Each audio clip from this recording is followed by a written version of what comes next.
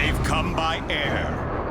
Security forces in the United States Air Force. By land. I spent 8 years in the United States Marine Corps. I'm a soldier in the Army National Guard. And by sea. I'm a Coast Guard helicopter rescue swimmer. I served in the U.S. Navy, was part of Operation Iraqi Freedom and Enduring Freedom. 30 of our best and our brightest. I love his intensity. Ready for the challenge. We're used to being under pressure. Stratus, fight and throw it. I'm ready to step up onto that course Ain't going with your fingertips. He's got it. and show the world I can do this. Tonight, in a special military episode, the final 15 spots in the national finals are up for grabs. Going to Vegas means everything to me. This is my dream, and this is my chance. Oh! No hesitation. Look at this. He's got it. Yes. I salute you, man. That was big time. Tonight, we return to San Pedro, California, home of the legendary battleship USS Iowa, for a special military edition of American Ninja Warrior. Hello, everyone. I'm Matt Iseman here with former NFL defensive end Akbar Gbaja-Biamila. And Akbar, this is our last stop before the national finals in Las Vegas. That's right, Matt. These 30 competitors, all of whom are either current or former members of the military, will be vying for the 15 final spots. And I've got my eye on Ryan Stratus. The former Army National Guard captain has been representing the military for years on American Ninja Warrior, and he should be big tonight. There's also Naval Officer Dustin McKinney. He's only 5'2". And he's got it! But dynamite comes in small packages. Oh! That's it! I love this guy! And watch out for the former West Point cadet Ahmed Toure. He's on the USB climbing team, and this guy has a ton of talent. Ahmed Toure making a statement. Fittingly, every branch of the military will be represented tonight. They have their work cut out for them. For more on that, let's go down to Kristine Leahy. Thanks, Matt. In order to guarantee themselves a spot in the national finals in Las Vegas, our competitors have to successfully complete the first 6 obstacles from qualifying: the quintuple steps, the jump hang, the log runner, the monkey pegs, the I-beam cross, and the warped wall. Then it's on to the 4 obstacles added for the finals.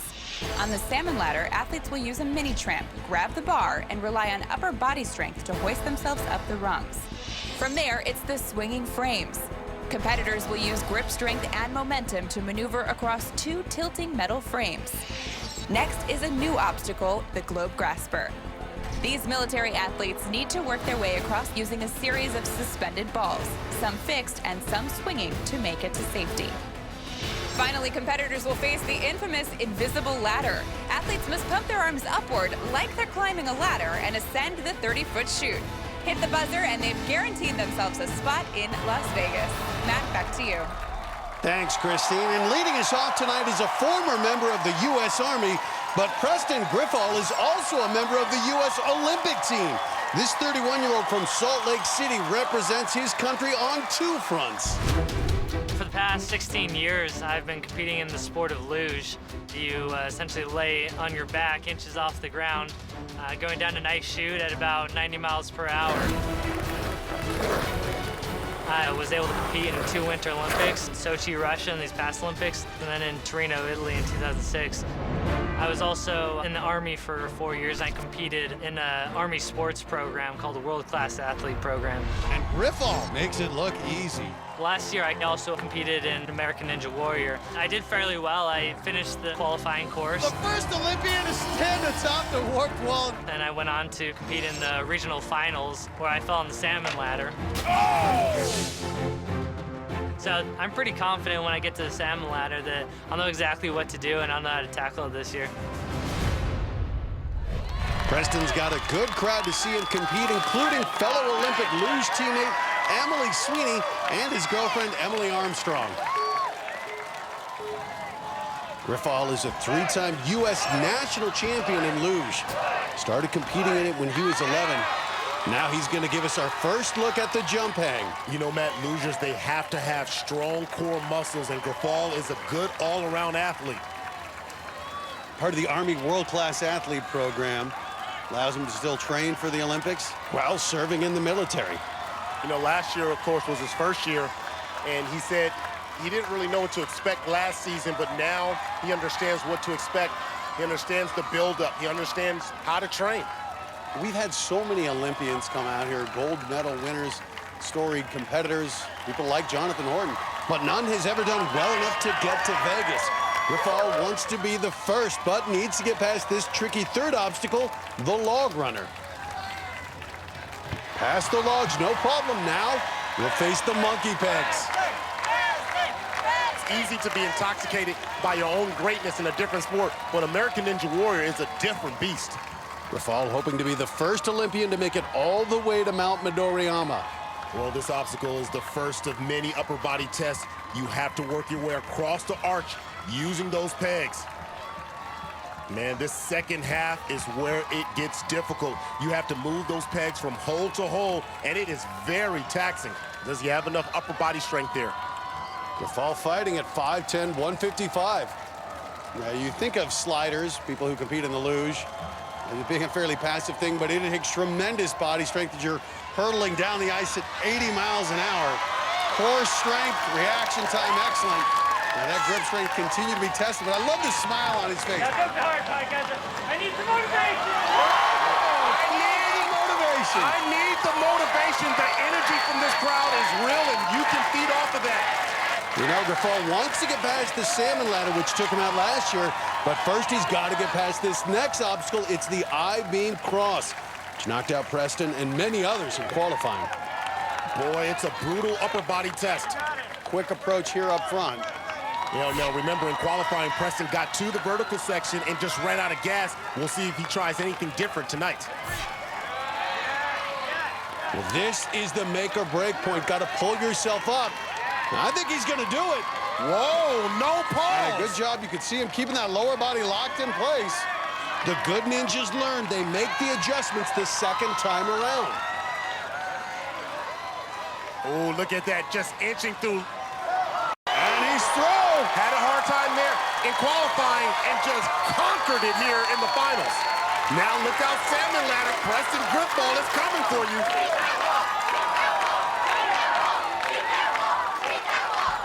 Ooh, that's it. Look, you can tell right there on the running platform, he slipped, no biggie.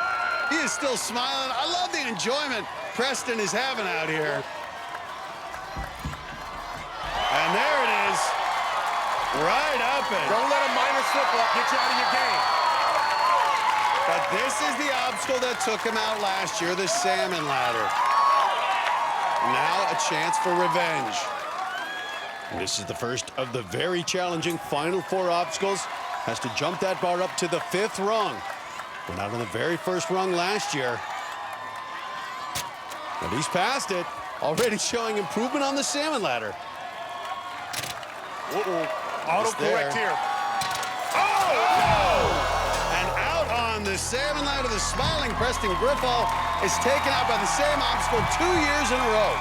Well, that salmon ladder gets good people every year. Preston got through a couple rungs, but then looked like his arm started to wear out and just missed on the 3rd one and couldn't recover.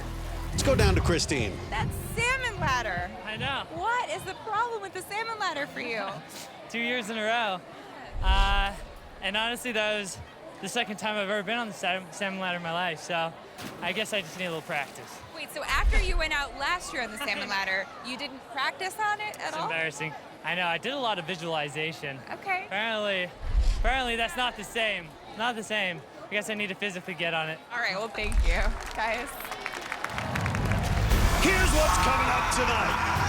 He's run every season of American Ninja Warrior. We're coming for the mountain! Now, Ryan Stratis is running for his military brothers. It's a great honor. I just love being here. Plus, he went face-to-face with the dictator. Sitting there with Saddam Hussein, my mind was blown. Now he'll take on the finals course.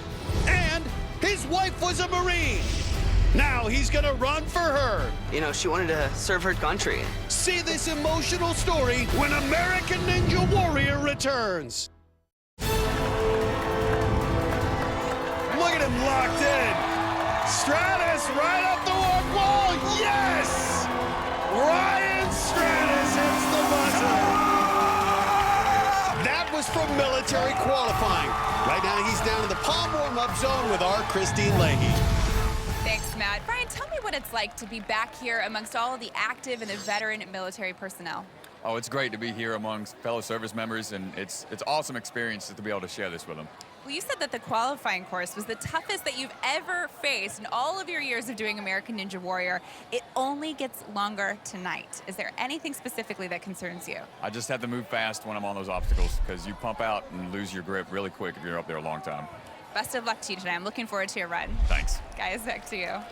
Thanks, Kristine. Well, on the course right now, Nathan Tucker, a bartender and student from Annapolis, Maryland.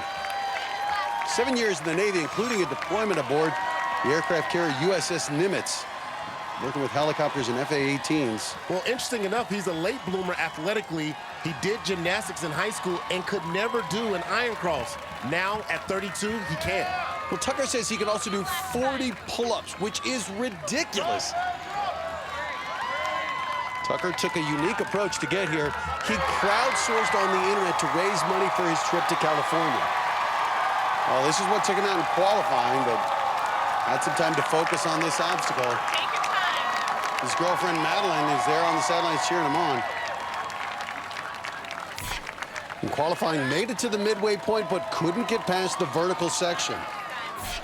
We're always coming up with new obstacles to test these athletes, and the I-beam knocked out 60% of those who reached it in qualifying.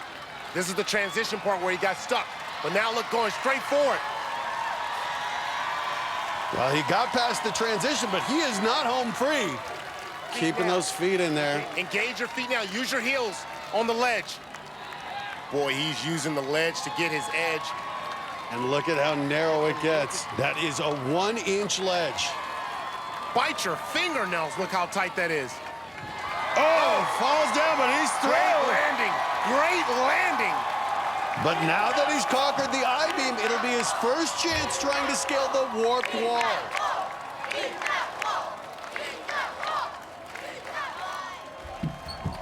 Oh, that was not pretty. Yeah, he was at least 2 feet from the top. That wasn't even close.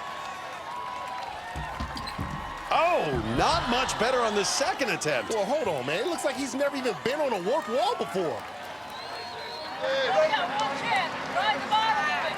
Sam Sand offering him advice, telling him to dry his feet to get better traction. Well, see, that's smart. Listening to the guy who has a lot of experience. Get your eyes up. Final Get your attempt. eyes up, Nathan! And he's got it! Yeah, Nathan! Nathan Tucker finds a way to get up the warped wall, and the run continues. And a big thank you right there to Sam Sand. Looking like an athlete here as he stares down the salmon ladder. Another obstacle he's never faced before. Well, look, he's got huge shoulders on him. If he can do 40 pull-ups, he should be able to do the salmon ladder. Oh, he's finding a rhythm here. He looks Again, this is the comfortable. guy who can do 40 pull-ups. Oh! Misses with the placement, and just like that, Tucker splashes down. You know, I want to take time to look at the positives here. On the I-beam cross, he just powers his way up the vertical section and beats the obstacle that got him in qualifying. And at the wall, Sam Sand's advice paid off. He made it up on his third and final attempt. I beat the obstacle that beat me a couple weeks ago. I couldn't ask for anything better. Next time I'll dry my shoes before I do the warped wall, because that was ridiculous. Up next on the course is Christopher Moore, or Seymour as his friends call him. This former Navy medic may look like a bodybuilder, but he's not. He's actually a builder of bodies. I'm a prosthetist and orthotist. Essentially, I make artificial limbs and braces. I love what I do because I like to help people. In the case of, say, an amputee, I mix it up in a cup on Monday, and on Wednesday, you come in a wheelchair or on crutches. I'm gonna try it. Okay. And I build something so that you can get back to your life. What do you think? Ooh, that's feeling nice, Chris. That is especially rewarding. Chris, appreciate it. Because of the victories of my patients, I'm reminded that you can do things that everyone tells you you can't do. I've run 100-mile ultramarathon in Alaska in the snow. I've done adventure races that were 300 miles long. Ultimately, I'd like my kids to learn that you need to do stuff that's fun, not only in the moment, but kind of fun to look back on and go, can you believe we did that? That's nuts. American Ninja Warrior is, can you believe we did that? That's nuts. His family couldn't make the trip from Idaho, but there you can see his buddy Eric, a Marine, and his family stationed at nearby Camp Pendleton, here to support him. Chris Moore had a strong run to the I-beam cross in qualifying. This guy is in phenomenal shape, especially considering his age. No, call it the way it is, Matt. This is the swollest 43-year-old on the planet. I don't even know if it's swole so much as shredded. He is so lean, Akbar. It's impressive. He's 5'10", 172, tremendously strong. Was a corpsman, a medic in the Navy, and as we showed you, now makes artificial limbs for amputees. It's amazing what they're able to do with limbs. Of course, we've had amputees compete here in American Ninja Warrior. Yeah, and he's dedicated to his work and to his craft, just like he's dedicated to his fitness. And he's putting it on display here tonight. Good balance. Living in Coeur d'Alene, Idaho, not a lot of ninja gyms nearby, so Moore does not have a lot of experience on these types of obstacles.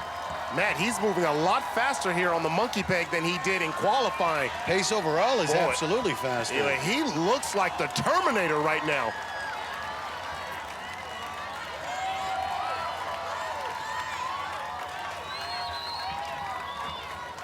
Well, he had come so close to competing the I-beam cross in qualifying. You know he wants another shot. So often, Akbar, it's not the obstacle you go out on, it's the one before it. It's the cumulative effect. And this monkey peg leading into the I-beam cross, just an upper body blaster. Served as a deadly 1-2 punch in qualifying for many of these military ninjas. You talk about the cumulative effect, it definitely will catch up to you on the extended course here in the finals. Absolutely, but he's through. Boy, he just terminated the monkey peg. And you can see him acknowledging this is his second chance. Went out here in qualifying on the I-beam cross. Fell on the dismount at the very end of the obstacle in qualifying. Yeah, the good athletes may get fooled once, but the second time, they figure it out. Let's see if Seymour can do just that. And a great aggressive pace so far. But this is the tough spot, the vertical section of the I-beam. Well, he made this transition in qualifying.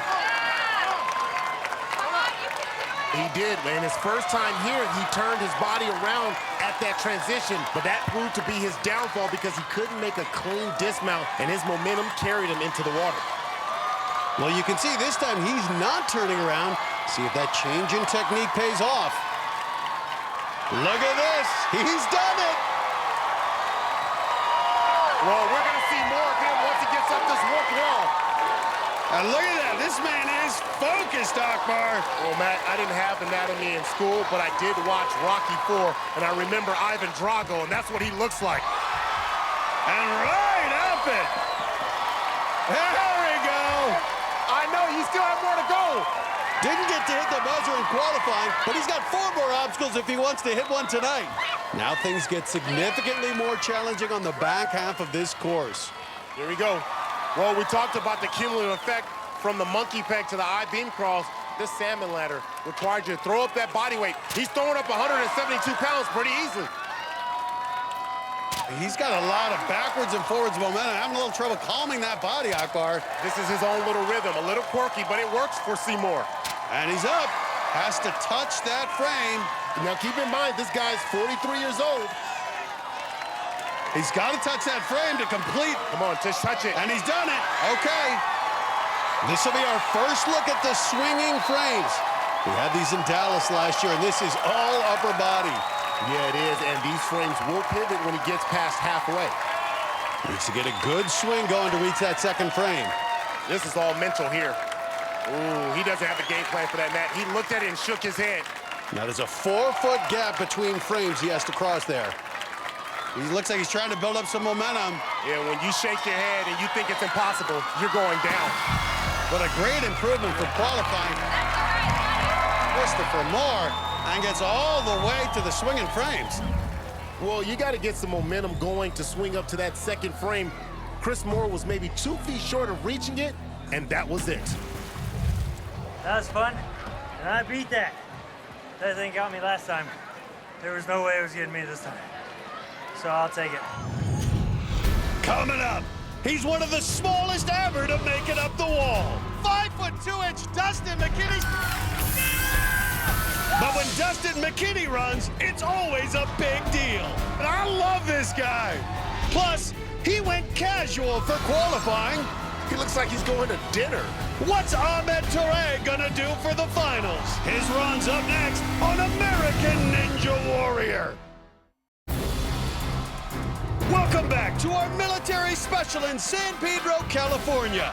Our last city finals before Las Vegas. While we were away, 2 more service members did battle with the I-beam cross. Oregon gym owner Alex Panyasiri looked smooth on the first part of the obstacle. The Navy man stays dry. But before he could dismount, the former sailor got all wet. Panyasiri out! And former Coast Guard Petty Officer Omar Payton, whose grandfather was a member of the Four Tops, was singing Can't Help Myself after experiencing the beam's vertical transition. Oh! Up next, one of the most talented athletes in the field tonight. This is Ahmed Touré from Dallas, Texas. This former West Point cadet is a member of the U.S. speed climbing team, and he is one of the best in the country. Being a part of the U.S. speed climbing team, it basically means you're the top 6 speed climbers in the nation.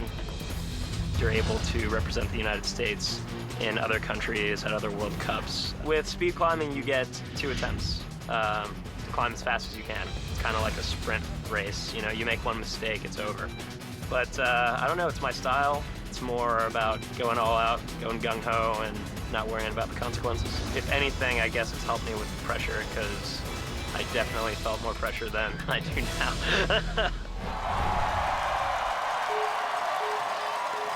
As in qualifying, Touré dressed in jeans, looking like he's ready to go bar hopping. Well, I'll tell you, he's something else. The casual wear says a lot about his confidence. He's not planning to get wet in those clothes. Gets off the mini tramp well and onto the cargo net. This is the guy who makes a living climbing, so obstacles like this should be right up his alley. Well, season 4, he made it all the way to stage 2 in Vegas, but last year, a bit disappointing going out in Miami qualifying. We get so many top athletes who want to try Ninja Warrior. Olympians, NFL players, and professional rock climbers like Touré. They want to test themselves on these difficult courses. Now on to the log runner. An established rock climber, but does he have balance? Yes, he does. On now to the monkey pegs. And look at that, skipping pegs right from the start. Yeah, as a speed climber, this obstacle should play right into his strengths. Touré is 24 years old, 5'10", 150 pounds. And he is not in any hurry. The back half of this obstacle is where it gets more challenging. Now he'll have to move those pegs in and out of the holes. Look at him. He looks like he's reading a book up there. Holding his body aloft like that, that is no easy task. He's making it look like he's standing on air. It looks like he's intentionally going in slow motion. Well, he did not have the fastest time in qualifying, but he had what I felt was undeniably the most impressive run. He looked so comfortable on every one of these obstacles. Again, in the casual clothing, doesn't disappoint. Now the I-beam cross. Touré was one of just 10 competitors who got past it in qualifying. It's always interesting to see top athletes from other sports, guys like Touré, and watch how they approach the course. I don't think he's broken a sweat yet.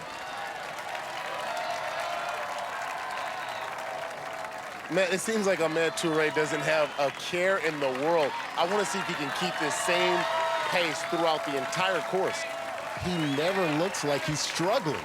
This is a brutal obstacle, and yet he has absolutely no sense of urgency here.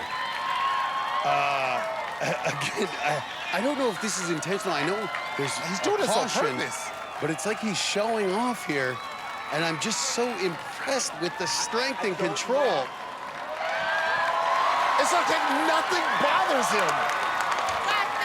Look at this. Look at the confidence. Ahmed Touré. Wow. Are you not entertained? We are seeing a man who is completely in control. Perhaps saving some energy for the back half, where these obstacles get even tougher, starting right here with the salmon ladder. Well, this is his 3rd season competing on American Ninja Warrior, so he's seen this obstacle before. A little uneven, though, the stumble out of Torre, but a good recovery. And another mistake, Akbar. Well, this is the first time we've seen him look human with those small miscalculations. But makes it to the swinging frames, only the 2nd to reach this obstacle tonight. And now he's turning around and working his way backward. Now he'll have to make the transition between the frames. Good transition out of Torre. And he's the first to make it to that 2nd frame. You know, to tell you the truth, I think Torre just, is a different type of athlete. Looks like he's swinging for the dismount. He can do it. He'll be the first to get through this obstacle. Yes, smooth as silk. And now he'll give us our first look at the globe grasper. There are 28 hanging globes. You have to grab onto them and work your way across. Taking a backward approach here. The first section, the globes are stationary, but on the downward section, the globes will swing side to side. That increases the difficulty. This guy's a member of the U.S. speed climbing team. When you watch him, he can ascend a 40-foot wall in about 6 seconds. In no time. And he's turning around, going forward now. You can see with these globes on the downslope, they will move. Much tougher to get a grip on.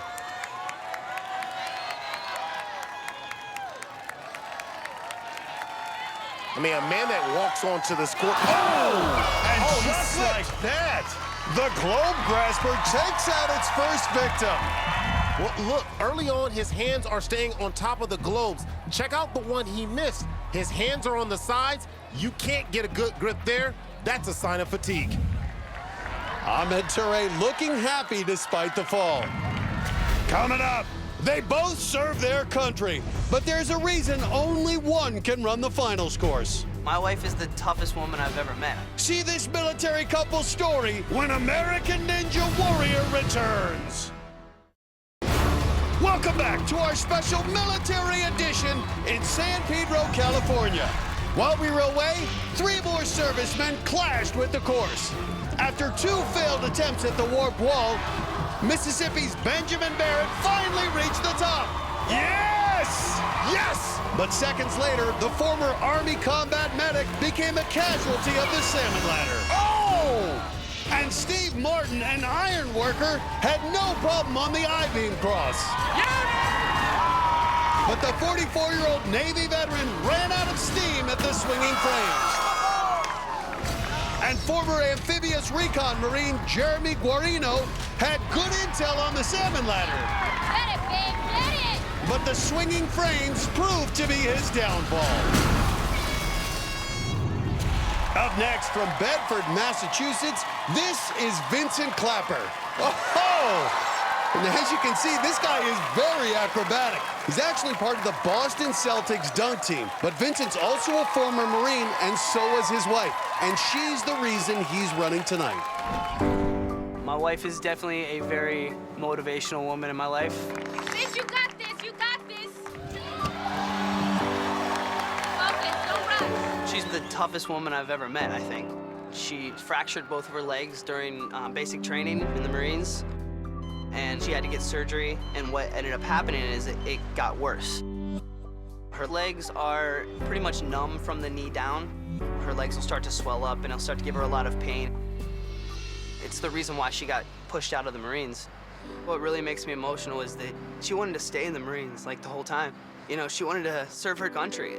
And for me, this is my dream. This is what I want to do. I want to compete on this show, and she can't do what she wants to do. That's why it's sad for me. It really means a lot to me that she's here alongside me, watching me run. So I would say I'm dedicating this run for her. Stop fighting! And there's Angeli. She and Vincent both wearing Team Ninja-Reen shirts. It's a combo of ninja and Marine. Clapper made it to the monkey pegs in qualifying. and yet I saw flashes of something where I think this guy's capable of great feats here in American Ninja Warrior. I'll tell you what you saw a flash of. You saw the flash of his athleticism.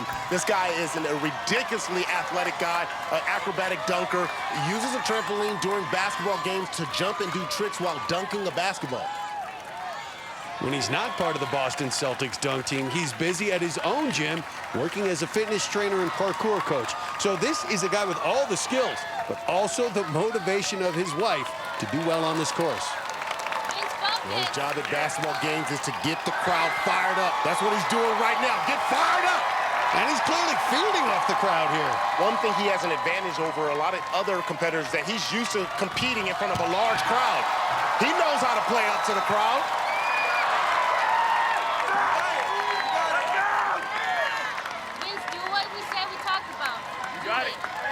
This is the obstacle, though, that claimed him in qualifying, Akbar. We'll see what he's learned and see how much his grip strength has been able to improve since then. Well, you have to have short-term memory when it comes to your failures. Don't let your failure dictate what you're going to do tonight. That's all behind you. That was qualifying. You've made it this far. Well, this is what we saw in qualifying, a real aggressive pace there, but then once he got to the mobile pegs, really seemed to start to struggle. Well, I think the thing that Vincent has learned is that he's got to keep his forms nice so he can have the great vision to be able to traverse across here on the monkey peg. Well, what ended up happening, he missed a lot of the peg placement, so you're right. That vision was important there. Good recovery. Get in high, get moving. His arm's starting to extend. He may be going for the dismount. Oh! And the acro dunker sticking the landing. Now onto the I-beam cross. Well, that's big time for Vincent Clapper, learning from his mistake. And that's what you want to see, and that's what we know here about our servicemen. They are mentally tough. If they make a mistake, chances are they won't make the same one again. So this will be his first attempt on the I-beam cross. Didn't make it this far in qualifying. As we told you, dedicating his run to his wife, Angie. Says she's far tougher than he is. This ascension's so challenging. Good job getting that right hand up. Can he lock in? He is fighting it, Akbar. Oh, come on, Vincent. You got this. Make your wife proud. Get up there.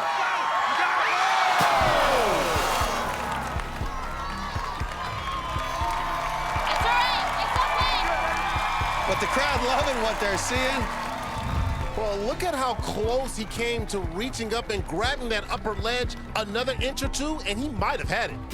Let's go down to Kristine. Vincent, tell me what it was like to have your wife standing by your side and cheering you on tonight. And you know what? I looked in her eyes right before I did the monkey pegs, and, you know, she was there for me. She told me I got it, and I was like, I can make it. I can make that dismount this time. I did it. How proud are you? I am super proud. I couldn't ask for any more. I'm gonna get teary, but I'm proud. That's all that matters. Well, it's a pleasure having you both here. Thank you so much. Matt, back to you. Coming up, he went face-to-face with Saddam Hussein. Now, he's facing down the finals course. Now that I'm here, I want to make the most of my opportunity. When American Ninja Warrior returns. Welcome back to American Ninja Warrior and our last city final from San Pedro, California. While we were away, 3 more military men tackled the course. Darren Virgo, a former rescue swimmer in the Navy, oh my goodness, was man overboard on the jump hang. 5'6" naval officer Dion Graham muscled his way through the early obstacles. He's through. Let's go. But the man nicknamed the Destroyer was sunk by the I-beam cross. Boom! Whoa! Cannonball! And 5'4" Van Tran, a former Air Force medic, needed a breather after scaling the warp wall. He just looks absolutely spent, and he needed a towel after falling from the swinging frames. Oh! Up next, 43-year-old Kyle Duran. He's a technology entrepreneur now, but he used to be a member of the Navy JAG Corps, and he went face-to-face with Saddam Hussein.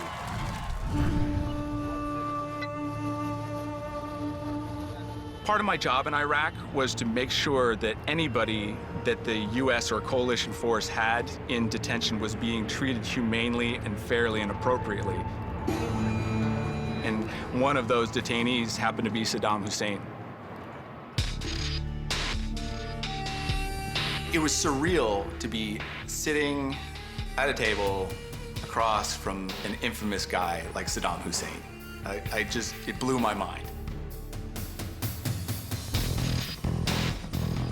At the time, I was sleeping in the bathtub of one of his palaces because this cot that I had been assigned in a tent was inhabited by rats. So I decided to sleep in the bathtub instead. I was laying there in his tub, looking up at the gold leaf ceiling and the gold fixtures while gunfire erupted outside. I had a job to do for our country, and that's what I did. Service is important to me, and I'm very proud to be representing my nation on American Ninja Warrior. There's Kyle's wife, Cynthia, excited to see her husband try to tackle this course. Well, what a story, sleeping in Saddam's bathtub. What an interesting past he has. Like so many of these competitors tonight, has spent time in a combat zone. Actually saw one of his good friends die right next to him in Fallujah. And he said at that moment he knew he had to embrace every opportunity life offered him. And that's why he's out here. Well, he impressed us in qualifying. He's 43 years old, but he made it all the way to the I-beam. Even while running a business, Duran still works out 6 days a week, sometimes twice a day.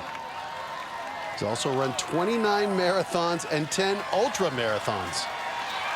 Recently, ran across the Grand Canyon, a 42-mile run. Took him 15 hours, so he wants to say he's not an exceptional athlete, he's just exceptionally determined. You see that right there? That's passion. And Duran moving on to the monkey pegs.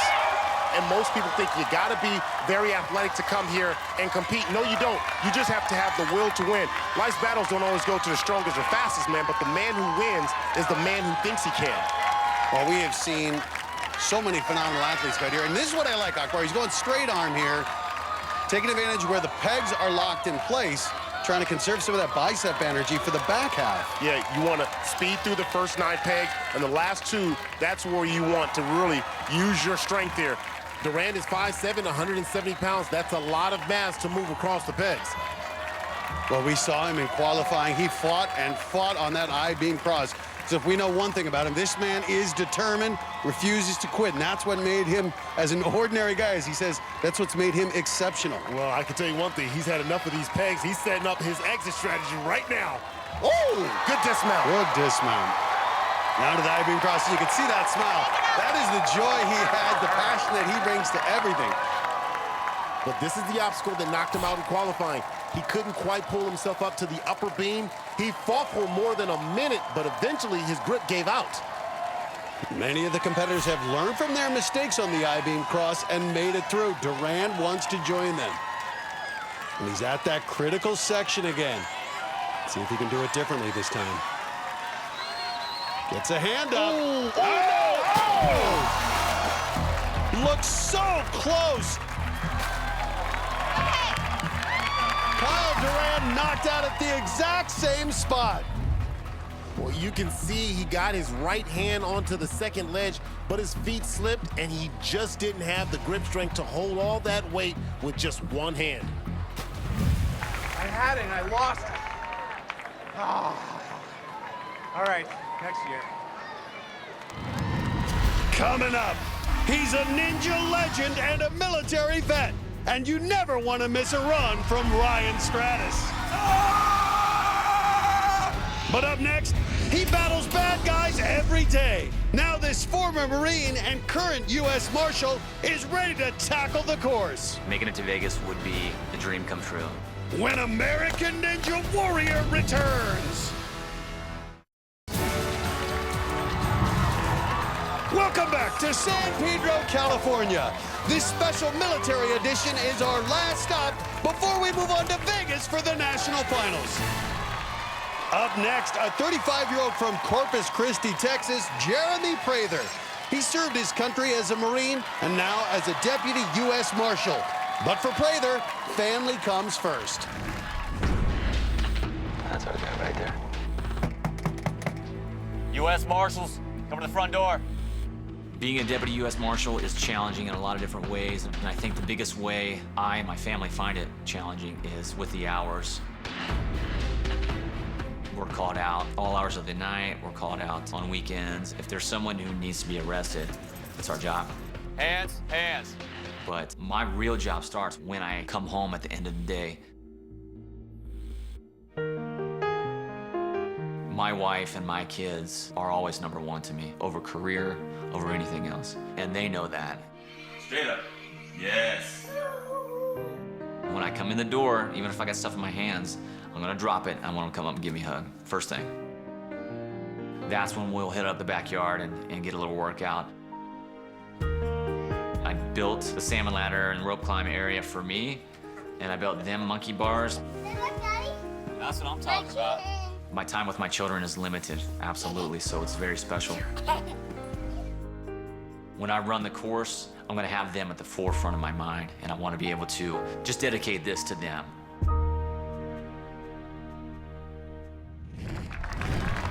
Well, the kids are back home in Texas, but Jeremy's wife, Perry, was able to make the trip to San Pedro. Served in Iraq as a Marine. Said it was never a question. His father, brother, and so many other relatives were Marines. We see so many people no longer in the military, but even after leaving, they still choose a profession that's in service, protecting others. He's a U.S. Marshal. And as he likes to say, when the U.S. Marshals are on you, you can run, but you cannot hide.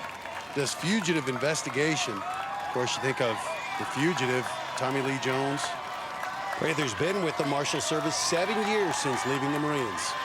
And Prather moving quickly through the cargo net. He's a solid guy now. 6 feet, 176 pounds. Has to be careful here and maintain his balance on the log runner. We've seen some guys jog through, run through. He just walked the log runner. Way to go. Well, American Ninja Warrior is so much about camaraderie. No one's really competing against each other. They're competing against the course. But he did say Marines don't like to lose. Well, none of these guys like to lose. They're all competitive, but no one's finished the course so far. He's able to get through this in qualifying, and I like it, that arm-over-arm technique. Pretty efficient there out of Prather. As we saw, he's built ninja obstacles in his backyard. Oh boy, he's spinning like a weather vane here. He's got to get both hands back onto that obstacle. And he's spinning. You can just see how hard it is once you lose that placement. Just very patient. Just want to tear that shoulder out of the socket. Yeah, well, we learned a lot about Jeremy in the qualifying round, and we do know that he has a lot of fight in him. He has no quit. He's going to keep going. He's going to give you everything he has. And that's all we want. Good dismount there.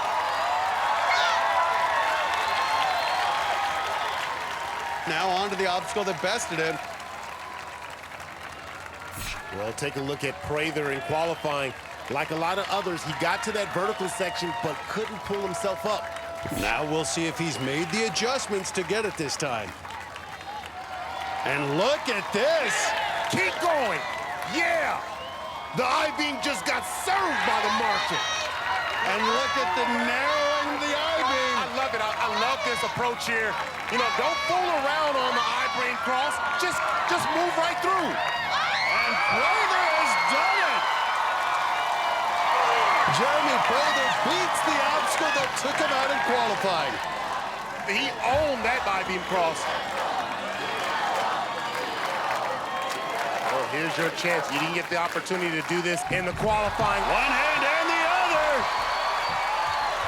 And the U.S. Marshal continues his pursuit.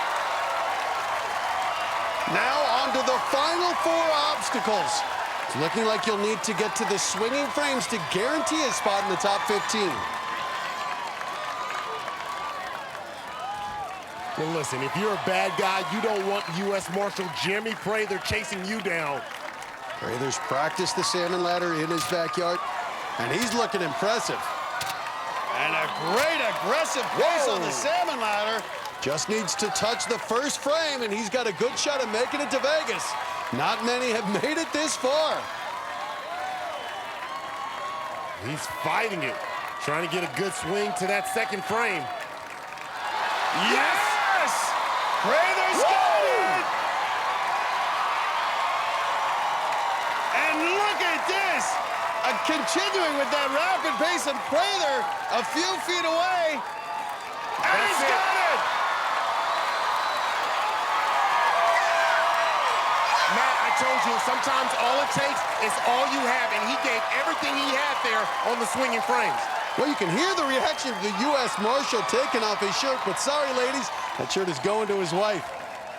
Now on to the very difficult globe grasper. No one has made it past this obstacle tonight. 28 hanging globes.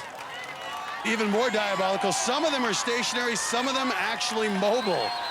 His forearms worn out at this point from the previous obstacles. And Prather is not a rock climber, does not have experience on this type of obstacle. Oh, he just skipped over a row. I think he's overextended here. No! The globe grasper is brutal. But a good run by the U.S. Marshal. Well, I think Jeremy was running out of gas, and he just skips over that top row of globes. He got one hand across, but when he tried to bring the other, he was done. Let's go down to Kristine, who's with Jeremy and his wife. Jeremy, I'm going to go back all the way to the monkey pegs because it looked like you were going to fall off, but maybe that was part of your technique. That was no way part of my technique. I lost a grip, started spinning, and wow, it's hard to stop when you start spinning like that. My brain told my body to turn back around, and finally did and was able to recover. Okay, so if you had to give some advice yourself, that globe grasper, what would you say? I think I would probably try going backwards like I did initially, and then don't skip any. Go for the closest one. Congratulations on a great performance. Thank you so much. Thank you so much. Matt? So Prather jumps onto the leaderboard with one of the best runs of the night. By reaching the globe grasper, he has put himself in excellent position to go to Vegas. Coming up, Navy officer Dustin McKinney is about to ship out. So he's got one shot to get to Vegas. If you want something, you gotta take it. And up next, this fighter pilot is used to the pressure. I fly fighter jets for a living. This course doesn't intimidate me. His run's up next on American Ninja Warrior. Welcome back to San Pedro, California. We're just in front of the USS Iowa for our special all-military edition of American Ninja Warrior. We're about halfway through an Akbar, just as in our other cities. This finals course proved to be incredibly challenging. Matt, we've seen some valiant efforts tonight, but so far, no finishers. Whether it was the Army, the Navy, the Air Force, the Marines, or the Coast Guard. Oh! No one's gotten close to conquering this course tonight. We've never had a city finals round without a finisher, so we are hoping someone will break through. Well, looking to be a hero is our next runner. It's Matthew Jensen from San Antonio, Texas. He's a fighter pilot with the Texas Air National Guard, and his military roots run deep. I love flying fighters for a living. The F-16 is a multi-role aircraft. It does both combat in air-to-air and air-to-ground. So drop bombs, shooting missiles, close air support. Flying the F-16 itself is a lot of physical activity just because of the amount of G's that the F-16 could pull. Some of the things that helped me be successful as a fighter pilot, upper body strength and spatial awareness and grip strength, serves me well on the course. My dad was in the military. He flew F-4 Phantoms. My dad's always been a hero of mine. He's been an excellent role model, and I always wanted to kind of grow up to be like my dad. I'm running this course for my daughter, Chloe, and my son, Logan.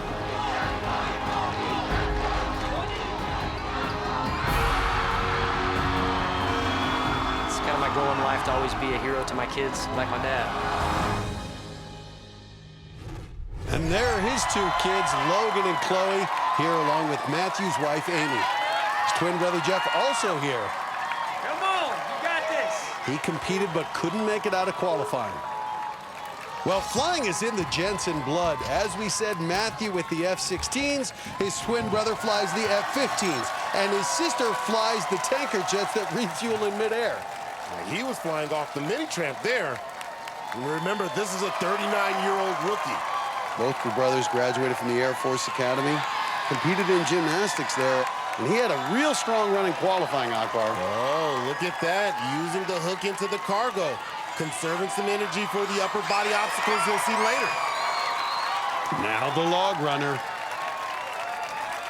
And he's through. Well, as an Air Force aviator, has a call sign. It's Lobo, which means wolf in Spanish, but it's also lobotomy, reference to the fact when he was a young man, 4 years old, had a subdural hematoma, had to have a hole in his brain. And those pilots have a good sense of humor, hence the name Lobo. Well, let me tell you, he looks smooth on the pegs here. And he was a serious gymnast back in the day. He actually qualified for the Junior Olympics in high school. Right now, looking like if he makes it to the swinging frames, that'll be good enough to get him to Vegas.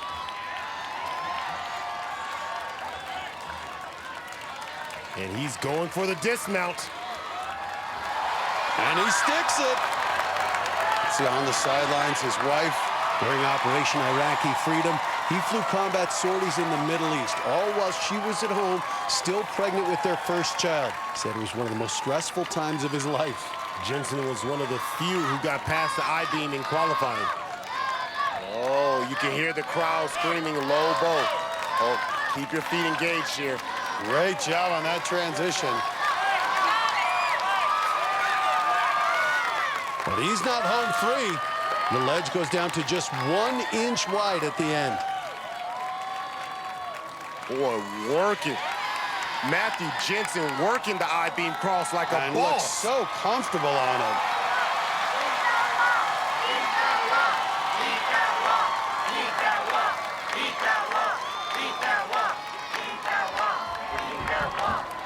A little stumble, but he is up.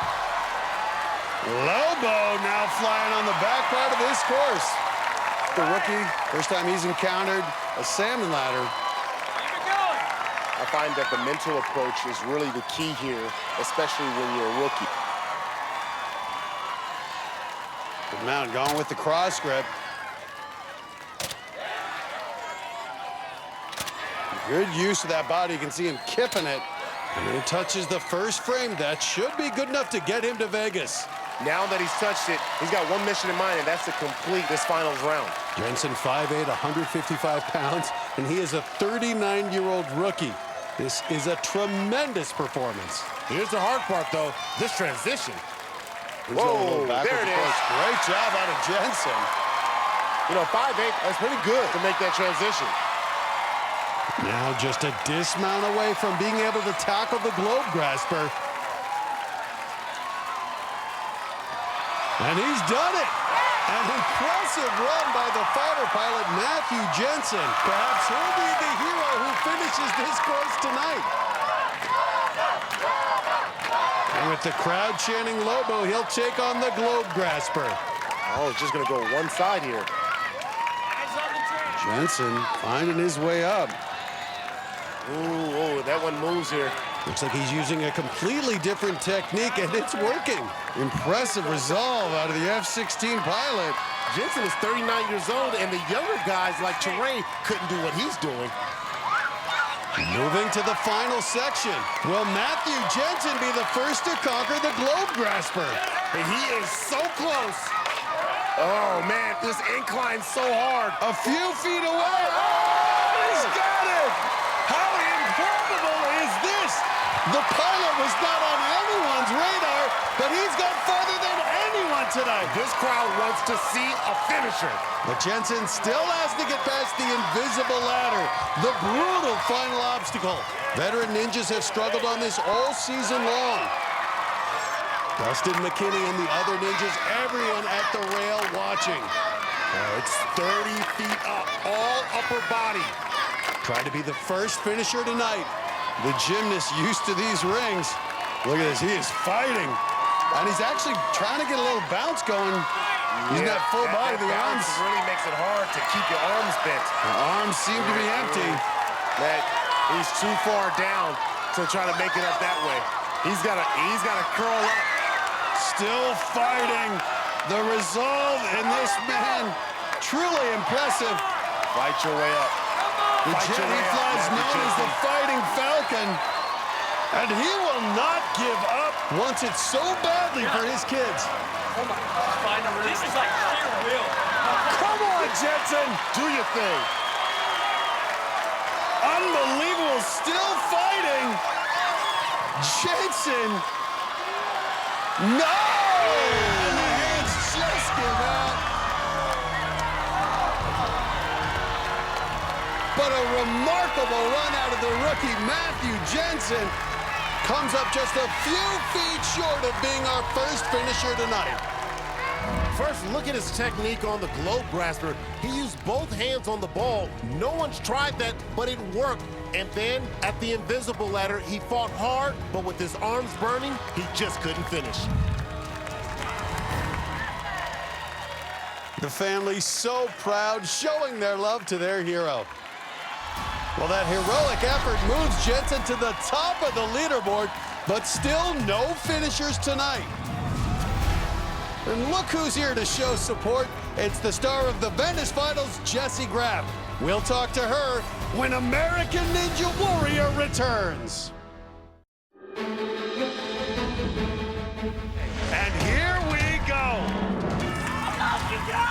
It's already been an unbelievable season. That's yes, sir! Megan Martin does it! I am getting chills! Hit that buzzer! Filled with amazing achievements. What an athlete, Jessie Graff! And unforgettable moments. And now the competition goes to a whole new level as we head to Las Vegas for the national finals. And he does it! 100 athletes will take on Mount Midoriyama. That's what I'm talking about! And if someone can conquer all 4 stages, they'll take home $1 million. It all starts in 2 weeks on American Ninja Warrior. And one of the stars we'll see in Vegas, Jessie Graff, is with Kristine in the Palm warm-up zone. Jessie, good to see you. Nice to have you here. It's been a few weeks since we saw you qualify for the national finals in Las Vegas. What are you doing now to prepare yourself? Well, I'm stringing a lot of obstacles together and working on my stamina. So I'm doing, 8 to 10 obstacles in a row as fast as I can and doing like reps of 10. You can make history because no woman has ever made it past stage 1 in Las Vegas. How do you feel your chances are? I think as long as I don't trip on something silly or go too slow, I should be fine. All right, I'm rooting for you. We'll see you out there in Las Vegas. Thank you. Guys, back to you. Thanks, Kristine. Well, on the course right now, Coast Guard rescue swimmer Robin Peachman, who was the fastest finisher in qualifying. And he just put on a clinic a few weeks ago, and he could be the top guy again tonight. He's taking big swings here on the pegs, making it look easy. Robin Peachman, a Ninja veteran, made it to Vegas the past 2 seasons. Peg placement, so important. That's it, Peachman. Stay in control at all times. He's going for the dismount. And Peachman's through, and as quickly as anyone tonight.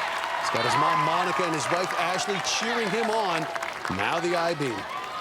I think Peachman could be our first finisher. He's got experience on these ninja obstacles. Moving quickly to the transition area. It just needs to focus, upper body, lower body, stay mentally intact here. This transition, the most challenging part for Peachman. Looking very comfortable here. Now turning around. Has a background in gymnastics. And look at him using his fingers. That's a lot harder than he's making it look. Keep your heels connected there to the ledge. And he's gonna do it. And hold on. It's so strong. He should have no problem on the wall. Lots of experience on this obstacle. And right up it, making the Coast Guard proud.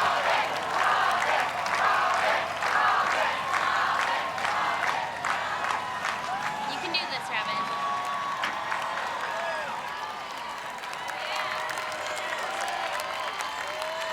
Matt, you talked about his gymnastics background. Look at his perfect L's here on the salmon ladder. He's just totally at ease. Finishes the salmon ladder, but now it gets tougher. He has to go directly to the very challenging swinging frames. This is all upper body. You're hanging 18 feet in the air. Beachman putting together a fast approach here. Good transition. The swinging frame can be so annoying, especially when you're so fatigued at this point. Just all the herking and jerking, moving all about. Just stay steady. Beachman is through. And we're still looking for our first finisher. Last year, he went out on the 9th obstacle in the Denver finals, and now facing the 9th obstacle here at the Globe Grasper. He's gonna reverse around here. We've seen a few competitors try this backwards approach. There's a little bit of momentum there, too. Yeah, well, and look, and here's the deal. The incline here can be wicked, and then making this transition to the decline puts so much stress on the upper body. Well, Beachman's just not fazed by it. Well, he's a rescue swimmer, jumps into the water to save others. And he is looking heroic right now, about to reach the final section. We want a finisher, Beachman. Tremendous focus and tremendous confidence out of Beachman. This is the best that our men has. Ooh! Robin Beachman was the fastest in qualifying and one of the favorites here tonight, but even he can't finish this course. Beachman was moving well and was almost at the end, but as he reached for the next globe with his right hand, he just whiffed, and he couldn't hold on after that. Thought I had it too. Oh, man. Well, you know it's getting serious because Ryan Stratus is stratusing. His run now just minutes away. But up next, another magic moment from Justin Gilski. Magic? Can the good luck charm work again? We'll see his run when American Ninja Warrior returns. Welcome back to American Ninja Warrior. While we were away, one active duty and one former Marine tried to be the few, the proud, the first to complete this course. Marine Sergeant Jason Cantu had trouble finding the holes on the monkey pegs, but survived with the big dismount. And he's got it. Cantu's can-do attitude just wasn't enough, though, for the warped wall. Get your eyes up. And Caleb Hare, a former Marine sergeant, dominated the first half of the course. Look at that burst of energy there. But his run quickly went downstream at the salmon ladder. The Marine has landed. Caleb Hare shockingly out on the salmon ladder. Well, already on the course, 30-year-old Air National Guardsman Justin Gilski. You may remember Justin from qualifying. His family does the magic fingers from the sidelines. And the crowd's yelling, "Go, Daddy, go!" Justin and his wife, both in the Air National Guard back in New Jersey. We've got a big group of supporters making up Team Gilski. Gilski, one of the bigger guys at 6 feet tall and almost 200 pounds. He's got a winner's pace right here, Matt. Well, this I-beam cross is the fiendish obstacle that took him out in qualifying. Well, Justin is 6 feet tall, and on this particular obstacle, that's an advantage. And no hesitation this time, speeding across the beam and going vertical, and he's got the upper section. And he is looking much more comfortable than he did in qualifying. Had a lot of time to think about this obstacle. Well, this is where he got hung up right here on this transition, made it so close here. Now let it flow. And he's through, and he loves it. The family, the crowd loving this run. And there they are, bringing out the magic fingers. Family doing that to bring him good luck.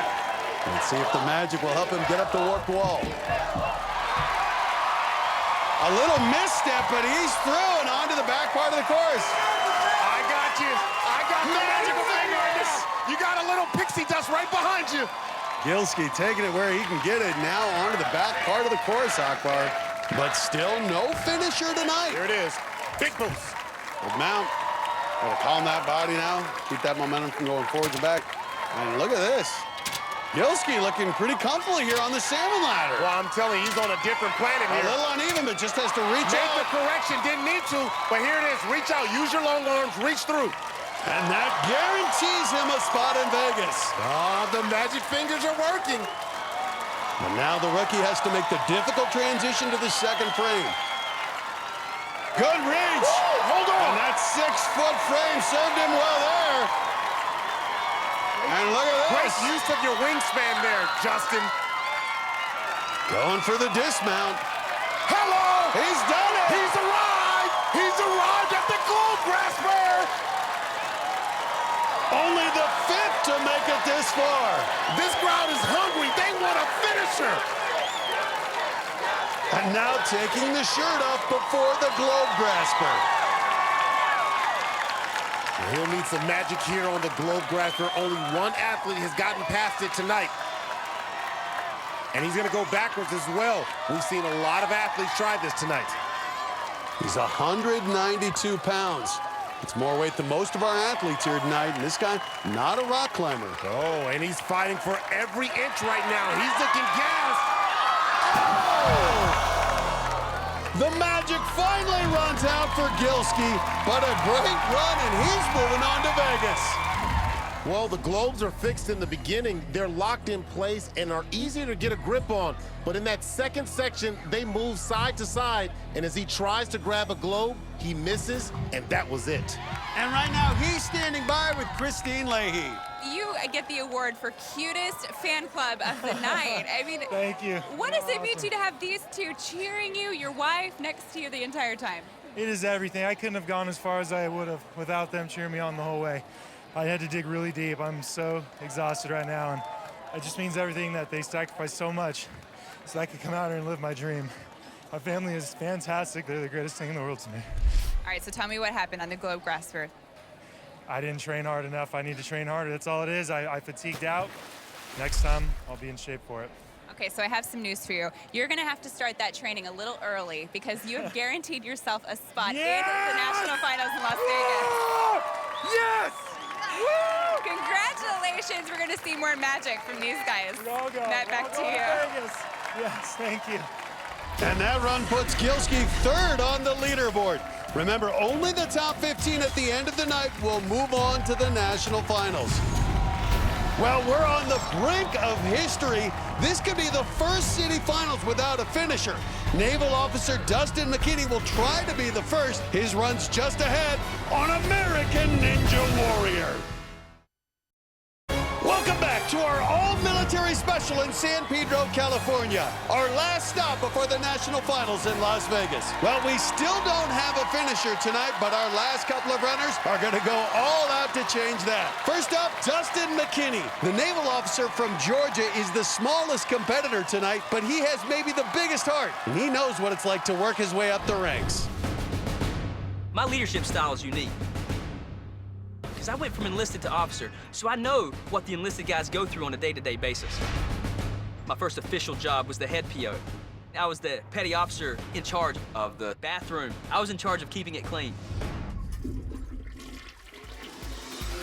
So I've been there, you know. I've cleaned the toilets with a toothbrush. The things I learned from the Navy, the discipline and dedication, they're gonna help me dominate this course. 5'2", 140 pounds! Wearing out! And he's got it! Throughout my whole life, I've had to compensate for my height. You gotta work harder, you gotta learn to jump higher, and you have to really overcome to be just as good as the taller guys. Right up it! So this year might be my last year for a while. I'm gonna be going on a sea duty for 2 or 3 years. So this might be my last chance to get my hands on Mount Midoriyama. And everyone loves Dustin. Fellow ninjas Brian Kretsch and Alan Keneally showing support. Kretsch still on crutches after being injured in the Venice qualifying. I am excited for McKinney. This little man made such a big impact last year. At the time of his run, he was the shortest person ever to get up the warped wall. Of course, Casey Catanzaro at 5 feet holds that distinction. McKinney, though, 5'2", 140. Maybe his last season competing in American Ninja Warrior, because he says coming years he's going to be deployed, so he wants to make the most of this opportunity. Well, you know, if that's the case for Dustin McKinney, he needs to give everything he has here He's hooking his elbows. He's trying to save those forearms, Akbar, and that is a veteran approach there out of McKinney. Everybody comes out to watch Dustin McKinney. McKinney will need to at least make it to the swinging frames to earn a return trip to Vegas. Oh, stumble, but he's through. Unbelievable. That was close. Keneally coaching up his friend. Really amazing to see how these ninjas support one another. Really unlike any other sport. McKinney's wife Tish and 3-year-old son back in Georgia. Tish expecting their second child in a few weeks. Great technique there, Akbar. Again, going with that straight arm, trying to save energy for the back half. Well, that's because he's experienced. He knows this finals course is a marathon, not a sprint. He's got to save something for the back half. And he went for the dismount there. This is an efficient run he's putting together. Yeah, buddy.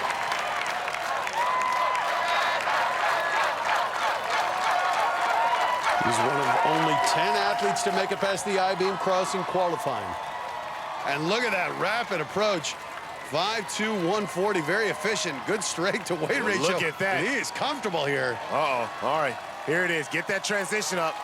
And he's smart, using his feet on the ledge, giving his arms a break. On to the final section now. The ledge at the end only an inch wide. Keep going. Almost there. Keep going. McKinney. This is such an efficient run. Just impressive. He got up that work wall so easily in qualifying.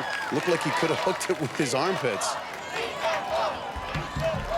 And again, right up and explosive. I felt like he could keep running. As he said earlier, he has to jump higher and work harder to do these obstacles, but it never stops him. It's easy, bud. It'll take you.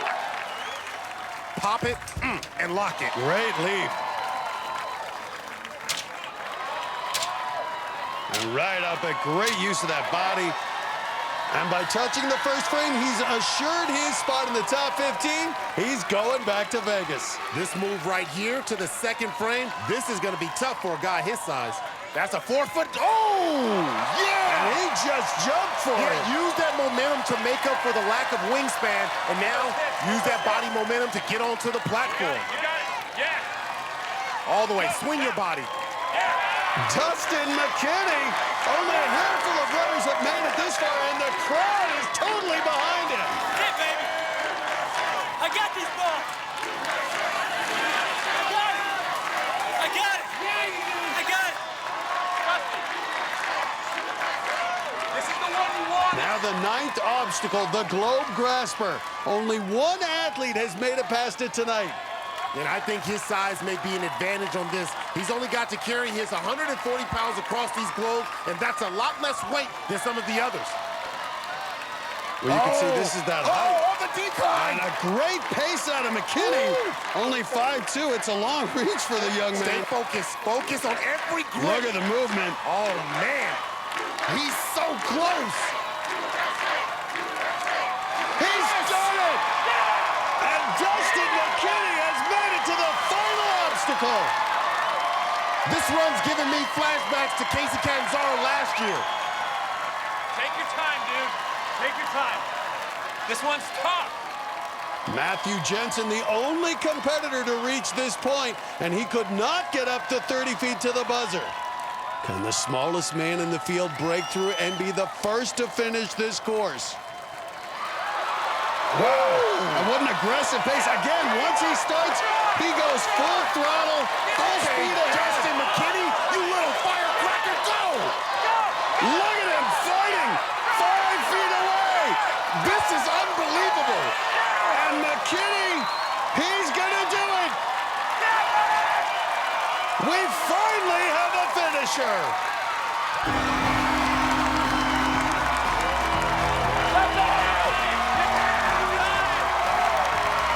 And what an emotional moment for sure for Dustin McKinney. He has delivered a fantastic run. I am so happy for him.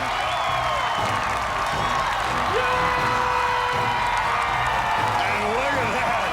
I love the elation, a well-earned celebration for Dustin McKinney.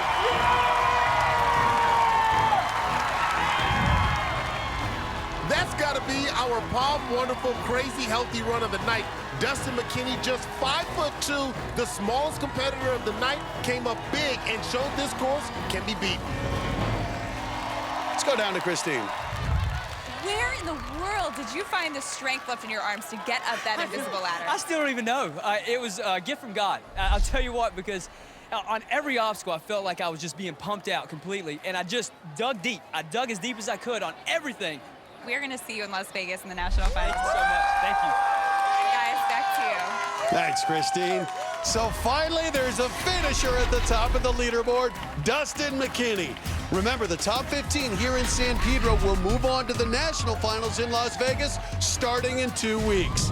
Well, only one runner left. It's the always dramatic Ryan Stratis. No telling what he'll do if he gets to the buzzer. We'll see his run next on American Ninja Warrior. Welcome back to San Pedro, the last city finals of the season. After this, we head to the national finals in Las Vegas, and we're gonna go out with a bang. Because the last runner is Ryan Stratis. The former Army National Guard captain is the perfect man to cap off our military special. He's competed in every season, but it took him a while to become a top competitor. I was not always athletic. Growing up, I was pretty much run of the litter. I was probably like 98 pounds freshman year of high school. Real scrawny and got bullied a lot. I definitely think being picked on as a kid helped me learn how to deal with a lot of other stressful situations. That's something the military is great at. Learning how to deal with high pressure situations we get into, and that's no different with American Ninja Warrior. I'm prepared for the unexpected. You have to not be afraid of failure. Oh, a little stumble! No! He's out! Other years, I have something in the back of my head that stops me. Every year, I get closer, fall back some, get closer again. It's about time somebody does it. This year, he is more confident than he's ever been. This year, I think I'm going all the way.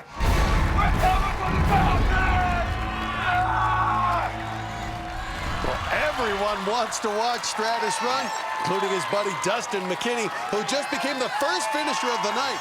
And Brian Kretsch and Alan Keneally also back on the sidelines for their fellow ninja. Stratis needs to make it to the swinging frames to secure his spot in Vegas. But you know he is planning to finish this course. He's completed the city finals courses the last 2 seasons. I think Stratis is going to try to beat McKinney's time here and be the fastest finisher. Stratis, one of the few competitors who's competed in every season of American Ninja Warrior. Last year, stage 2 went out on the medal spin. Says that fall has haunted him. Stepped up his training this year, incorporated more climbing. And Ryan Stratis is 5'10" and just 145 pounds. Maybe the best strength to weight ratio we've seen all year. Stratis went to Asia to compete in ninja competitions this year. He's going to get through the cargo net here and face the log runner. These balance obstacles can be so unforgiving. As long as you keep your feet moving. Oh, no! Oh, gosh! Oh! That's extreme balance. Extreme balance right there. Now he survives to face the monkey pegs. And Stratis, one of the ones, probably the best known military competitor we've had, clearly judged by the facial hair, no longer in the military, now a personal trainer, actually making Ninja Warrior his life, helping train others in this sport he loves so much. When he was in the service, was a captain in the Army National Guard. He was in ROTC in high school, says that helped get him into fitness. And just in total control on the monkey pegs, just staring down each one. He's so intense, he's ready for the dismount. Yeah, you're good, Yeah, buddy. Yeah, buddy. A clean dismount, but he needs to pick up the pace if he's going to beat McKinney's time. Now the I-beam cross, and this is by no means a given. You know, he spoke earlier with Kristine about the importance of keeping a fast pace so he doesn't burn out his arms. And he's getting his legs up, using the upper body and moving quickly. But this is the tough move. You have to go vertical and pull your body up. This section stopped so many in qualifying. Stratus making it look easy. Squeezing with his legs while using his fingers on those narrow ledges. Now notice that the ledge is going to get thinner here, so you have to really pay attention here. Squeeze your lower body here. Use your heels here, even though that the ledge is reduced here. And he's got it.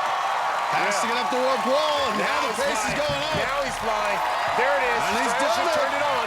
He just turned it on. Whoa. Striking a pose. And the crowd really feeling the energy now. Well, he said the thing that's different this year than any other year is he believes he can achieve total victory. Oh! Ooh. And that has to set his heart racing again. Good. His confidence is built up now. Now take that momentum and build it on here on the swinging frames. Well, by reaching this obstacle, he's assured of going back to Vegas. Now he can concentrate on hitting that buzzer. I want to see that Stratus scream when he finishes this course.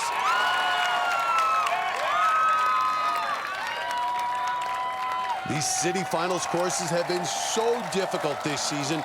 Only one finisher here in San Pedro. Stratus hoping to be the second. Well, we need a big moment from Captain Stratus. And he's through. Ryan Stratus. And he's got that look in his eyes. Ryan Stratus always so intense, so passionate when he competes. You got to be careful, though. The Globe Grasper has knocked out some of the top competitors tonight. Finding his rhythm here on the Ascension. Yep. And a good pace here out of Stratus. If anybody can do it, it's Ryan Stratus. And this is why I'm a fan. Now, don't go to sleep here. It gets a little tricky here. They alternate. A great run out of Stratus. Boy, the captain just put on a clinic. But he's not done. His arms may be aching, but he still has to get past the 30-foot killer known as the Invisible Ladder. Right now, he's got about 30 seconds left to beat McKinney's time. Uh-oh. Oh, he's pounding now it. Goes. There it is. Oh, get the rhythm now. Go get it, Stratus. Go he get it, loves Captain. getting pumped up. Love his intensity, but he needs to get going if he's going to be faster than McKinney. And there he goes. There you go, tough guy. Oh, you can see he's only at the 15-foot mark, and he looks like he is in pain. Don't quit, Captain. Come on, Stratus. Halfway up, and he's hung up. Well, he's not going to beat McKinney's time, but refusing to quit. Fatigue didn't knock on his door. Fatigue just busted down the door. Kipping using his entire body. Stratus refusing to let go, and he's still progressing. Oh, man. No! Good job, dude. Ryan Stratus, his run comes to an end on the Invisible Ladder. Hey, you the man. You the man, Stratus. You're still going to Vegas. Well, this obstacle is so tough on the arms, especially after the previous obstacles. Stratus got about halfway up and then hit the wall. He fought hard, but he didn't get much higher. Right now, Ryan's down with Kristine. The look of determination in your eyes throughout the entire course, did this finals, city finals, mean something different to you? Just being with my military brothers and sisters here, it's just great that the show has expanded to this point. You know, it's part of my history, it's part of who I am when I grew up, and you know, I love it and just want to, you know, do them proud. Now, are you excited or are you disappointed right now that you couldn't make it to the top? This just goes to show I need more training. You know, just because you fall short doesn't mean give up, doesn't mean be upset with yourself. Just go back to the drawing board and keep trying harder. All right, Ryan, well, we're rooting for you. I can't wait to see you in Las Vegas. Thanks.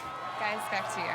Thanks, Kristine. So Dustin McKinney sits at the top of the leaderboard as the only finisher of the night.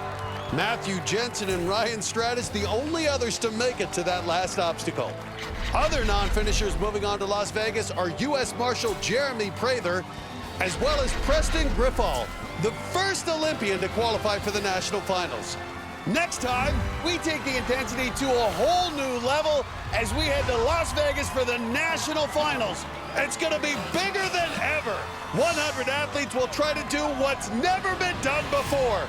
Conquer all 4 stages of Mount Midoriyama. And oh yeah, there's $1 million at stake. You don't want to miss it. Akbar, Gbaja-Biamila, and Kristine Leahy, I'm Iseman. We'll see you next time on American Ninja Warrior. It's the last episode before the finals. I just want to get there. I don't want to hit that buzzer. And in true Ninja Warrior fashion, we've saved the best for last. Oh my goodness! New American Ninja Warrior next Monday on NBC. Where's the head of the table? Dad, it's a square table. I don't think there's a head. There's always a head. Where you gonna sit? I'm sitting here. Not anymore. The Carmichael Show premieres August 26th on NBC. Running Wild with Bear Grylls starts right now, here on NBC.